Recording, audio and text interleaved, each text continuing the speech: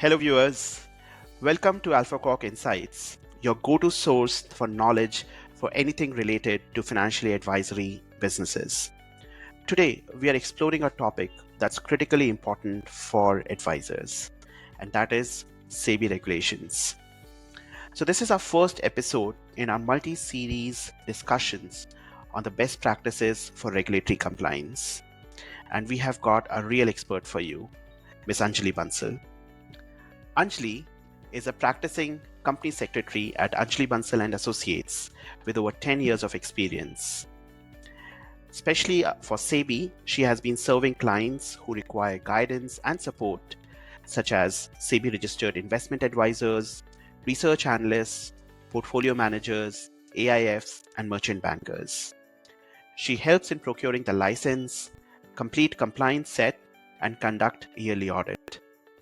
With that, let me welcome Anjali. Anjali, we are so pleased to have you join our discussion. Same here, Bhupesh. I'm really glad to be part of the conversation, and thank you so much for having me today. Thank you. Thank you. So there recently some changes and consultation paper which SEBI brought, which outlines significant changes for research analysts and investment advisors, Right. aiming to strengthen compliance and protect investor interests. So we'd love to know more about it, and maybe if you could provide an overview of the recent regulatory changes that have been brought. So, Bhupesh, I'll bifurcate into two. There are consultation paper, right now, for which we are waiting for the circulars to come. Okay, in that probably we'll see a bigger change. One would be that the experience requirement for the IAs and the RAs will be done away with. Okay, the education requirement will be reduced. Then there will be little bit of leverage with respect to the net worth requirement. Initially, the net worth requirement for the RIAs was 50 lakhs. It will be reduced. There will be they don't really have to maintain that kind of a net worth. They'll have to maintain. There's a threshold given. And they'll have to maintain that with the depositories. And similarly for the RIAs, for corporates, the net worth requirement would be 25 lakhs, and hence that would also be done away with. And the bigger thing for the RAs would be that a model portfolio thing. We are hoping that gets approved. Okay. And yeah, I mean, it's there it will get approved, but then yes, we are waiting for the guidelines around it as well. Which will be quite a changing factor for the RAs. I believe that once the model portfolio is approved and they can provide the model. Few of the things that has already been implemented. One is the KRA registrations. For the RIAs, it was already there. But for the RAs, it has been recent changes, which just came last year, and mostly I'm seeing that the RAs are doing it for this financial year. The RA is one thing, and then the FIU registration, which is the Financial Intelligence Unit registration. So every RAs and the RIAs who are registered with SEBI, they need to get themselves registered with this platform. They need to get these registrations done. Very recently, I think last month only, there was one more registration that has come up, which is the TRI registration. Okay. Now, what is that? Is if you are doing your promotions, or communicating with your clients to broadcast messages under the TRI guidelines, you need to get yourself registered with this under TRI. You need to get yourselves registered with TRI. So that is another thing that is important. Two important things. One is periodic reporting. It is a very, very newly implemented thing. Okay. For RIAs, it is already done for one term. It was little bit, it was approved little bit earlier than the RAs. For the RAs, the first reporting will be done in the in the month of April. Okay, so this is the new change that has been implemented. Apart from the advertisement approval. For the RAs, it was already there. For the RAs, it has been again implemented that now the RAs also cannot do advertisement without SEBI's approval. Oh, I see. Yes. So now even if they want to basically if they want to run any advertisement, they first need to get approved by they need to get it approved by SEBI before doing the advertisement. So broadly, these are the new changes, of course, that has come up under the guidelines. Understood. No, thanks for that. It's very comprehensive. Anjali, so how do these changes affect the day-to-day operations of RA and IAs? see, Gopesh, what practically I'm seeing, since I deal with so many RAs and the IAs, right? For the RAs, what I'm seeing that the KRA registration has become a man-made task. Okay. It could be for two possible reasons. One is that the cooperation from the clients. They are not very they are little reluctant on giving their KYC informations and all. Second is that to do the entire KYC process. Firstly, it's like they were not doing it. Now once they are doing it, it's like kind of a process for them. They're finding it quite hectic to do. So this is, and also if you see, if I compare it with IA and the RAs, the number of clients that a RA gets, it's much higher than compared to the RIAs, right? So the quantum of KYC is also keeps increasing. And per KYC they have to bear certain charges. So it's a monthly cost also to the RAs and the RIAs. That is there.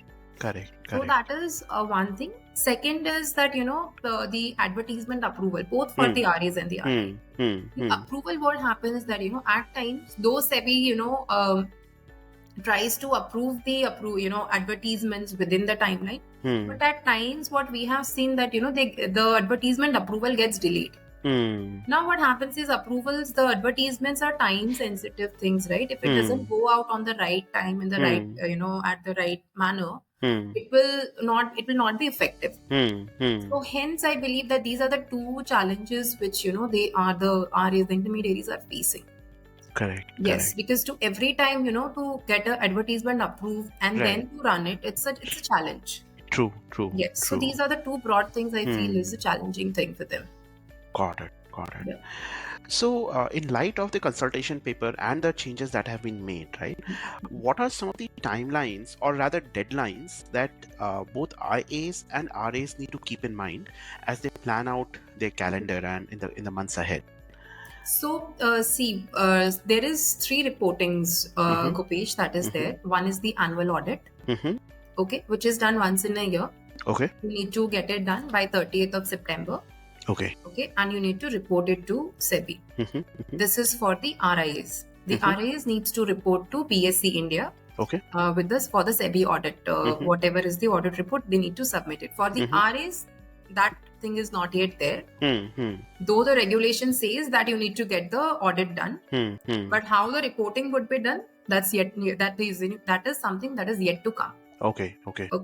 Then apart from that is the more reporting. One is the periodic reporting. One is the SAS reporting. This is a half-yearly reporting. Okay. So once from April till September, you need to do the reporting of periodic reporting and the SAS reporting by 30th of October. And then from 1st October till the period of March, you need to do the reporting in the month of April. So it's like the annual audit is something that has to be done by 30th of September. Correct. SAS reporting and periodic reporting needs to be done twice. Once in the month of October by 30th of October, and the second one is by 30th of April. Understood. Yes. Can you elaborate more on what is SAS reporting and what does it involve? So SAS reporting is something that, Gopesh, let's say if an intermediary is using any third-party platform. Okay, if they are using any SaaS-based software to provide the services, software-based solutions, and hence what they need to do, they need to get a declaration signed by those platforms saying that they are compliant with the guidelines, and along with the declaration, the intermediary needs to sign a declaration and submit it with BSE, just to ensure that SEBI has a clear record of which all RAs are using a third-party platform to provide the services to the clients. Understood. Yes. Right. So you also covered the advertisement aspects, right? And I know that SEBI has specific guidelines on when it comes to marketing and advertisements for both RAs and RIAs. So could you talk about what is the intention there? What are the key limitations that a registered advisor and registered RA and IA should keep in mind when promoting their services? So do's would be that whatever advertisement you are doing, okay, that should have your complete details, your complete information. I would like to highlight what are the don'ts, because the moment you get to know the don'ts, you know what are the don'ts. Correct.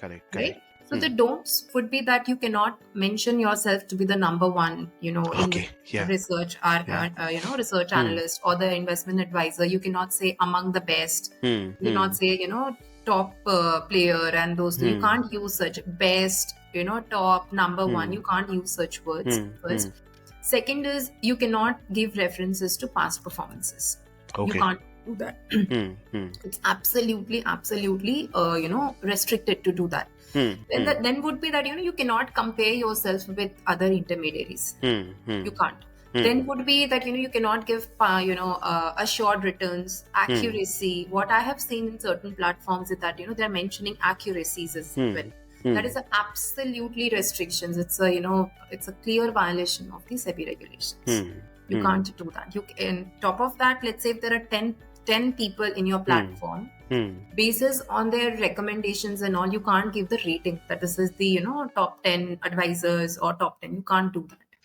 So these are the kind of the don'ts that is there in the regulations. So primarily would be that you cannot give past performances, accuracies. You cannot mention or boast about yourself. Then would be you cannot use SEBI's logo in your. I have seen few of the ads, they put SEBI logo in SEBI registered intermediaries and they put their logo. You can't do that. It's not allowed. Understood. Got it. Yes, and again, like once if you want to run your ad, you need to get it approved.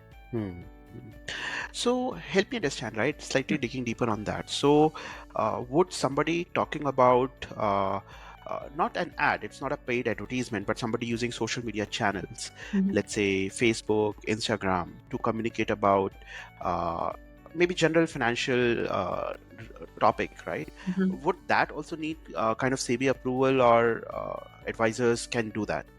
So Gopesh, if you are like I have seen clients writing blogs, pure informative blogs, that comes under the exemption list.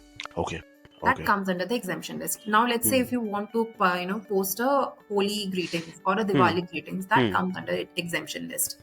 If you want to write blogs which is absolutely informative, there's no mention about the securities or anything, that is exempted. You don't need approval for them. Understood. Only where you are kind of showcasing your products, or let's say you want to reach out to people, you want to market your services, that is where the approval comes. Now that can be in form of physical forms, that would be pamphlets, newspapers, posters, whatever, and on the electronic form as well. That would be your social media, YouTube, whatever. WhatsApp broadcast messages, anything. Got it. Understood.